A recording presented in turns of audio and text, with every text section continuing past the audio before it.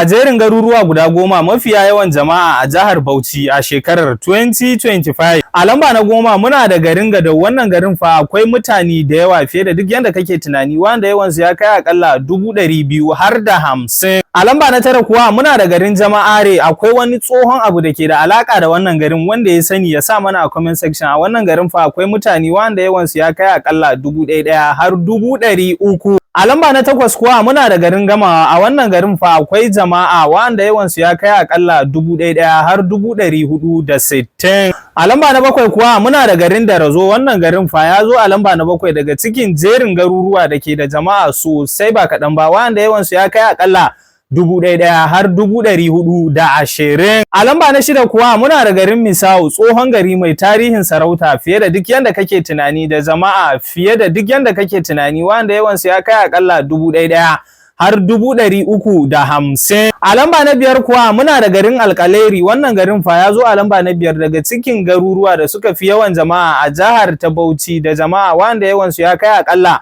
1000 har 400.